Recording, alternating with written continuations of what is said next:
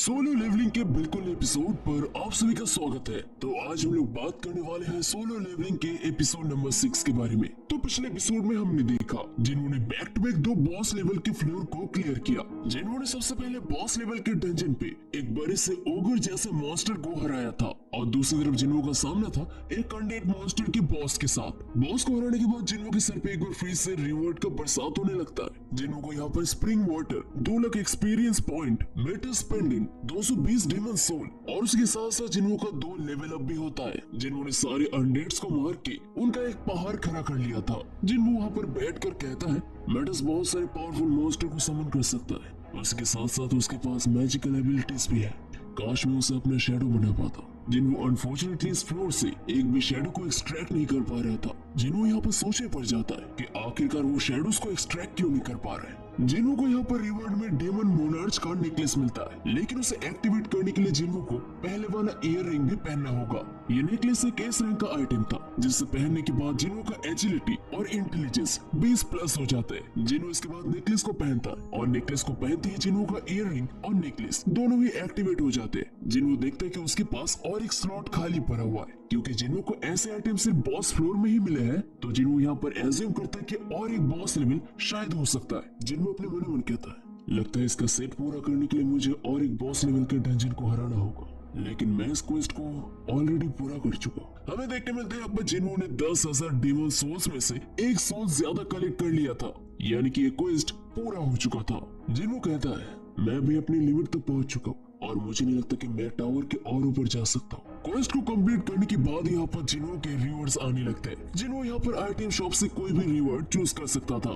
जिन्हों का second reward था 20+ स्टैट और जिन्हों का थर्ड रिवॉर्ड था एक सरप्राइज गिफ्ट। जिन्हों इसके बाद पहले रिवॉर्ड को एक्सेप्ट करता है। जिन्हों के सामने आइटम शॉप ओपन हो जाता है और जिन्हों को कोई एक आइटम चूज करने के लिए कहा जाता है। जिन्हों अपने मन ही मन कहता है क्या मुझे कोई महंगा हथियार चुनना चाहिए।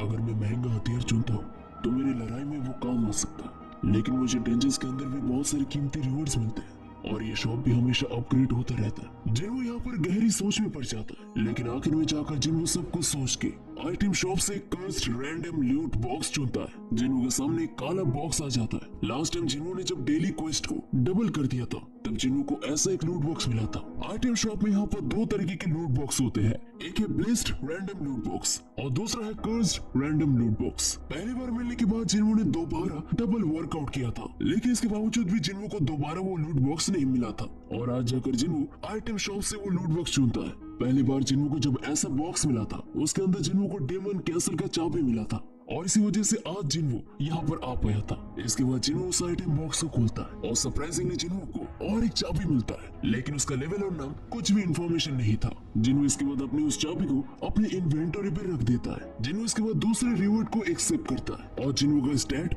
20+ हो जाता है। इसके बाद जिन्हों तीसरा रिवॉर्ड को एक्सेप्ट करता है और जिन्हों के सामने अचानक से एक ब्लूप्रिंट आ जाता है और इसका नाम था होली वाटर ऑफ लाइफ। जिन्हों इसको देखकर काफी ज्यादा सरप्राइज हो जाता है, लेकिन इसके बाद हमें एक बार फिर से यूएसए पे ले जाया जाता है। हमें देखने मिलता है यूएसए के हंटर एसोसिएशन की बिल्डिंग पे आग लग चुका है। लोगों की हलचल से हमें सुनने मिलता है कि यहाँ पर आसपास 2 एस रैंक के हंटर्स एक साथ बैटल कर रहे थे और इसी वजह से इस जगह का ऐसा हालत हुआ है। इसके बाद हमें वहाँ पर एक इंसान पड़ा हुआ देखने मिलता है और वो और कोई नहीं था, वो था वांग डोंगसू, यानी कि जिन्हों के फादर ने वांग डोंगसू का भर्ता बना के रख दिया था। इसके बाद हमें हॉस्पिटल में जिन्हों के माँ के पास ले जाया जाता है। जिन्हों यहाँ पर अपनी माँ को देखने के लिए आया था जो बहुत सालों से कोमा में पड़ी हुई थी। जिन्हों यहाँ पर उस ब्लूप्रिंट को निकालता है जिसका नाम था होली वाटर ऑफ लाइफ और ये था एक इस रैंक का आइटम। यहाँ पर लिखा हुआ था कि इसकी मदद से किसी भी बीमारी को सुधारा जा सकता है। जिन्हों यहाँ पर सोचने लगता है शायद इसकी मदद से मैं अपनी माँ की बीमारी को ठीक कर सकता हूँ, लेकिन ये होली वाटर ऑफ लाइफ बनाने के लिए जिन्हों को 3 चीजें चाहिए थी। सबसे पहला था वॉल ट्री का फ्रैगमेंट जो जिन्हों को ऑलरेडी मिल चुका था। दूसरा था स्प्रिंग वाटर जो जिन्हों को अनडेड बॉस को मारने के बाद मिला था। 2 आइटम यहाँ पर जिन्हों के पास ऑलरेडी थे और जिन्हों का लास्ट आइटम था purified blood of the demon की। जिन्हों यहाँ पर एज्यूम करता है शायद ये डेमन कैसल का फाइनल बॉस हो सकता है। जिन्हों यहाँ पर मन मन कहता है सिर्फ एक हफ्ते में मेरा लेवल 16 गुना बढ़ चुका है और मैं एक इस रैंक का हंटर भी बन चुका हूँ। बस मेरे लिए थोड़ा सा और इंतजार करना। इसके बाद हमें कोरिया के हंटर एसोसिएशन पे ले जाया जाता है। हंटर एसोसिएशन के एम्प्लॉइज न्यूज चैनल पे यूएसए के हंटर एसोसिएशन पे होने वाले तबाही के बारे में सुन रहे थे।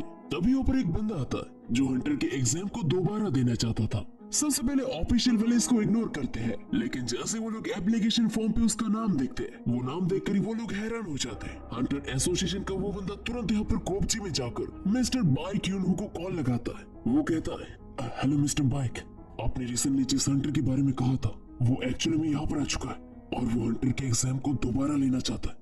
मेरा मतलब संग जिन्हो। हमें देखने मिलता है यहाँ पर जिन्हो सच में अपने रैंक को अपग्रेड करने के लिए हंटर के एग्जाम को दोबारा देने जा रहा था। जिन्हो यहाँ पर अपने बारी आने तक इंतजार कर रहा था। वहाँ पर जिन्हो के साथ बहुत सारे दूसरे हंटर्स भी हंटर के एग्जाम को दोबारा लेने के लिए आए थे। वहाँ पर एक बंदा दूसरे एक बंदे को नर्वस होते हुए देखकर कहता है, अरे यार तेरे को नर्वस होने की कोई जरूरत नहीं है, हो सकता है कि तुझे कोई नया रैंक मिल जाए।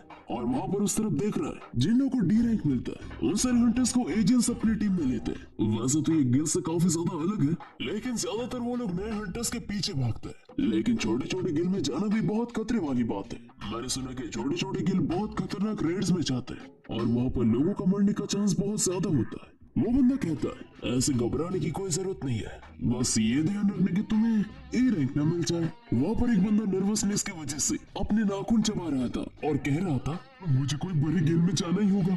अगर मैं कोई बड़ी गिल्ड में नहीं जा पाया तो मैं अपने कर्ज को नहीं चुका पाऊंगा और अपने बेटे के साथ भी नहीं रह पाऊंगा। मुझे कैसे भी करके सी रैंक लाना ही होगा। जिन्हों अपने मन में कहता है, हंटर्स के रैंक से हमें पता चलता है कि वो कितना ताकतवर है। एक बार रैंक डिसाइड होने के बाद कोई कितना भी कोशिश कर ले, वो कैसे भी करके अपने रैंक को अप नहीं कर सकता। मिस्टर सोंग एक कमाल के तलवारबाज थे, लेकिन इसके बावजूद भी वो कांग ताइसे को नहीं हरा पाए। और मैं भी जब ई रैंक का हंटर था, मैं भी किसी के ऊपर नहीं जा पाया। लेकिन अभी मेरे लिए चीजें अलग है। इसके बाद जो बंदा इतनी देर तक डायलॉग छोड़ रहा था, वो अपने हंटर का एग्जाम देकर जैसे बाहर आता है, हमें जानने मिलता है कि असल में उसे ई रैंक मिला है। और ये सुनने के बाद दूसरा बंदा और भी ज्यादा नर्वस हो जाता है। जब उसे बुलाया जाता है, वो जिन्हो को कहता है, मैं बहुत ही नर्वस हूँ, तुम चाहो तो मेरे आगे जा सकते हो। जिन्हो इसके बाद मौके का फायदा उठाकर आगे चला जाता है। उसके नाम से स्टाफ को पता चल जाता है कि जिन्हो एक ई रैंक का था। जिन्हो कहता है कि वो रीटेस्ट करना चाहता है, लेकिन वो स्टाफ ज्यादा ध्यान नहीं देती। जिन्हो को इसके बाद उस बड़े से गोले के ऊपर हाथ रखने के लिए कहा जाता है। जिन्हो इसके बाद हाथ रखता है, लेकिन अचानक से टैब में एरर आ जाता है। वो लड़की काफी ज्यादा शॉक हो जाती है। उसे लगने लगता है कि सिस्टम में कुछ गड़बड़ आ चुका है। वो लड़की एक बार फिर से जिन्हो को उस गोले के ऊपर हाथ रखने के लिए कहती है। जिन्हो एक बार फिर से वही करता है, लेकिन एक बार फिर से एरर आ जाता है। तभी से बाद उन लोगों का बॉस वहाँ पर आ जाता है। इसके बाद वो बंदा पूछता है कि क्या प्रॉब्लम है। वो अपने मन ही मन कहता है, मैं यहाँ पर इसलिए आता क्योंकि मिस्टर बाइक उन्होंने इस बंदे के ऊपर नजर रखने के लिए कहा था। 3 महीने पहले भी हमारे पास ऐसा एक केस आया था, लेकिन जब रीटेस्ट किया गया तो वो बिल्कुल गलत था। लेकिन जैसे वो बंदा सिस्टम में एरर देखता है, वो ये देखकर काफी ज्यादा शॉक हो जाता है। इसके बाद वो बंदा उस लड़की से पूछता है, तुम कितने समय से यहाँ पर काम कर रही हो? वो लड़की कहती है, लगभग 6 महीने से। क्या मैंने कुछ गलती कर दी? वो आदमी अपने मन ही मन कहता है, लास्ट टाइम 2 साल पहले एक इस रैंक की हंटर बनी थी, तो शायद इस लड़की को कुछ भी नहीं पता होगा। जल्द से जल्द चांसी को यहाँ पर बुलाओ। वो लड़की बार बार पूछने लगती कि यहाँ पर क्या हुआ है। इसके बाद वो बंदा कहता है, ये सिस्टम का कोई गलती नहीं है। हमारे पास अभी जो मैना मीटर है, वो इसके मैना को नापने के लिए काफी नहीं है। उसका मैना इससे भी काफी ज्यादा है, यानी कि ये कोरिया का 10वां इस रैंक का हंटर है। इसके बाद हमें हंटर एसोसिएशन के बाहर ले जाया जाता है, जहाँ पर मिस्टर वू जिनचुन और हंटर गिल्ड का लीडर मिस्टर चोई एक दूसरे के साथ बात कर रहे थे। मिस्टर चोई यहाँ पर रिसेंटली वांग दोंसू की कोरिया विजिट के बारे में पूछने लगते हैं और रिसेंटली होने वाले रेड गेट इंसिडेंट के बारे में भी मिस्टर चोई पूछते हैं। वैसे मिस्टर जिनचुन, उस दिन रेड गेट के इंसिडेंट में क्या मिस्टर वांग दोंसू का कोई हाथ था? जिनचुन कहता है, नहीं सर, उस दिन वांग दोंसू ने सर्वाइवर्स का मदद नहीं किया था। मैं पूरे वक्त उनके साथ ही था। मुझे हर एक डिटेल्स के बारे में तो नहीं पता, लेकिन मुझे किसी के ऊपर डाउट है। जिनचुन यहाँ पर संग जिन्हो के बारे में सोचता है, लेकिन वो संग जिन्हो के बारे में ना बताने का डिसाइड करता है। मिस्टर चोई कहते हैं, तो आपने डिसाइड किया कि आप मुझे उसके बारे में नहीं बताएंगे। कोई बात नहीं, मैं समझ सकता हूँ, लेकिन उससे ज्यादा मैं रिसेंटली होने वाले जेजो आइलैंड के इंसिडेंट के बारे में थोड़ा सा इंटरेस्टेड हूँ। मिस्टर वू जिनचुन कहते हैं, अभी तक हमें सिर्फ एक ही चीटी का लाश मिला, लेकिन ऐसा अगर रेगुलरली होता है तो हम लोग वहाँ पर हंटर्स को भेजने का प्लान कर रहे हैं। मिस्टर चोई कहते हैं, जरूर, हंटर्स गिल्ड भी आप लोगों के साथ कोऑपरेट करेगी। वैसे आज अंदर से कुछ ज्यादा ही हलचल हो रहा है। जिनचुन कहता है, हलचल? कैसा हलचल? मुझे तो कुछ सुनाई नहीं दे रहा है। मिस्टर चोई कहता है, असल में मैं इन सब के बारे में थोड़ा सा सेंसिटिव हूँ। जिनचुन कहता है, ठीक है सर, मैं जाकर देख कर आता हूँ, आप यहीं पर ही रुकिए। लेकिन मिस्टर चोई कहते हैं, नहीं रुक जाओ जिनचुन, मैं अपनी आंखों से खुद देखना चाहता हूँ। इसके बाद हमें जिन्हो के पास ले जाया जाता है। एसोसिएशन वाले जिन्हो को कहते हैं, सर हमें एडवांस मैनोमीटर को इस्तेमाल करने के लिए हायर अप्स का परमिशन चाहिए। तो आप क्या 3 दिन बाद आ सकते हैं? ये बात सुनकर यहाँ पर सभी लोगों में हलचल मच जाता है। सभी लोगों को समझ आ जाता है कि ये बंदा एक एस रैंक का हंटर है। वो लोग आपस में इसके बारे में बात करने लगते हैं और तभी वहाँ पर एंट्री होता है हंटर्स गिल्ड के लीडर मिस्टर चोई का। और खुद हंटर्स गिल्ड के गिल्ड लीडर को यहाँ पर देखकर सभी लोग बहुत ही ज्यादा शॉक हो जाते हैं। लेकिन यहाँ पर किसी को समझ नहीं आता कि आखिरकार वो यहाँ पर क्या कर रहे हैं। जिन्हों यहाँ पर मिस्टर चोई को देखकर अपने मन ही मन कहता है, तो ये है मिस्टर चोई। मैंने जितना सुना है कि वो फायर मैजिक एक्सपर्ट है, और मैंने ये भी सुना है वो एक ही स्ट्राइक से पूरा बिल्डिंग गिरा सकते हैं। मैंने सुना है कि लोग उसे द अल्टीमेट हंटर कहते हैं। संजिन वो केस रैंक के हंटर है। ये सुनकर मिस्टर वो जिनचुल काफी ज्यादा शॉक हो जाते हैं। मिस्टर चोई यहाँ पर मनी मन कहता है, तो ये है कोरिया का 10वां इस रैंक का हंटर। ये इस रैंक का हंटर है या नहीं, इसे देखने के लिए मुझे मीटर की कोई जरूरत नहीं है। इसका ऑरा देखकर मैं समझ सकता हूँ। इसके बाद मिस्टर चोई जिन्हों को कहते हैं, मेरा नाम चोई जोंग है और मैं हंटर्स गिल्ड का लीडर हूँ। अगर आप किसी गिल्ड में नहीं आए तो क्या हम लोग थोड़ी देर बात कर सकते हैं? लेकिन यहाँ पर जिन्हों से इग्नोर करके कहता है, मुझे माफ कर दीजिएगा, मैं बहुत ही ज्यादा बिजी। जिन्होंने हंटर्स गिल्ड का ऑफर ठुकरा दिया ये देखकर सभी लोग काफी ज्यादा शॉक हो जाते हैं। इसके बाद जिन्हों अपने मन कहता है, 3 दिन के अंदर मेरा रीटेस्ट होने वाला है। इन बचे हुए 3 दिनों में मैं बहुत कुछ कर सकता हूँ। सबसे पहले मुझे डेमन कैसल को पूरा करना होगा और उस एंटीडोट को भी बनाना होगा। जिन्हों के वहां से जाने के बाद मिस्टर चोई जिनचुल को पूछते हैं, वैसे मिस्टर जिनचुल, क्या मैंने उनके सामने कुछ गलत कह दिया था? लगता है मैंने अच्छी तरीके से कोशिश नहीं की। वो बिना सुराग के यहाँ से चला गया। लगता है वो एक काबिल असैसिन टाइप का हंटर होगा। अगर मैं उसे अपने गिल्ड पे रिक्रूट कर पाया तो हमारे पास 3 एस रैंक के हंटर्स हो जाएंगे और हम लोग कोरिया के साथ साथ इस दुनिया का भी one of the strongest guild बन जाएंगे। जिन्हों के वहां से जाने के बाद बाइक क्यों दौड़ कर वहां पर आता है। आते ही यहाँ पर मिस्टर बाइक का नजर पड़ता है मिस्टर चोई के ऊपर। मिस्टर चोई बाइक क्यों को देखकर अपने मन ही मन कहते हैं, वो टगर गिल्ड यहाँ से बहुत दूर है और जिस तरीके से वो हाँफ रहा है देखकर लगता है कि वो यहाँ पर बहुत ही जल्दबाजी के साथ आया है। लगता है इसके बारे में उसे पहले से पता था। क्या इसका मतलब रेड गेट इंसिडेंट पे जो मिस्टीरियस सेंटर था, क्या वो सच में संजिन था? पहले नजर में उसे देखकर मैं समझ गया था उसे बेरियम में बांध के कंट्रोल नहीं किया जा सकता। इसके बाद हमें फिर से हॉस्पिटल में ले जाया जाता है। जिन वो यहाँ पर डेमन कैसल में एक बार फिर से जाने वाला था, लेकिन उससे पहले जिन एक बार फिर से अपनी मम्मी के साथ मिलने के लिए आता है। जिनों की मम्मी को एक स्पेशल डिजीज था जिसका नाम था एटर्नल स्लम्बर, जो डंजन ओपन होने के बाद किसी को होता है। जिसे भी ये बीमारी होता है वो हमेशा सोता रहता है। लेकिन अभी जिन्हों के पास इस बीमारी का दवाई था। जिन्हों जैसे अपनी माँ को देखकर वहाँ से बाहर निकलता है, जिन्हों को बाहर वो जिनचुल देखने मिलता है। वो जिनचुल पूछता है, मिस्टर जिन्वो, क्या आपने डबल डंजन के दौरान सारे बीस्ट को मारे थे?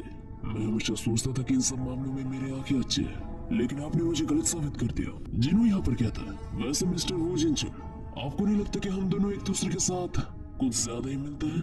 वो जिनचुल कहता है, हंटर्स के ऊपर नजर रखना हमारा काम है और मैं अभी वही कर रहा हूँ, लेकिन जब बात इस रैंक की आती है हम लोग उनके खिलाफ कुछ भी नहीं कर पाते। मिस्टर संजिन वो, मैं आपसे किसी को मिलवाना चाहता हूँ। हंटर एसोसिएशन के चेयरमैन आपसे खुद मिलना चाहते हैं। इसके बाद जिन्हों हंटर एसोसिएशन के चेयरमैन के साथ मिलने के लिए जाता। चेयरमैन यहाँ पर अपने आप को इंट्रोड्यूस करते हैं। चेयरमैन कहते हैं, मिस्टर संजन वो, आपसे मिलकर काफी खुशी हुई। मेरा नाम गोगन ही है, चलिए बैठकर बात करते हैं। जिन्हों यहाँ पर चुपचाप बैठ जाता है, लेकिन जिन्हों यहाँ पर चेयरमैन के ऑरा को महसूस कर सकता था। 80 साल के एक रेटर रेसलर होने के बावजूद भी वो काफी तगड़े नजर आ रहे थे और इसी के साथ साथ वो एक इस रैंक के हंटर भी थे। इसके बाद चेयरमैन कहते हैं, इस रैंक बनने पर आपको बहुत बहुत बधाइयां। जिन्हों कहता है, अभी तक मेरा टेस्ट कंप्लीट नहीं हुआ है। चेयरमैन कहते हैं, अगर मैं सच्चाई कहूँ तो असल में टेस्ट बिल्कुल भी मैटर नहीं करता।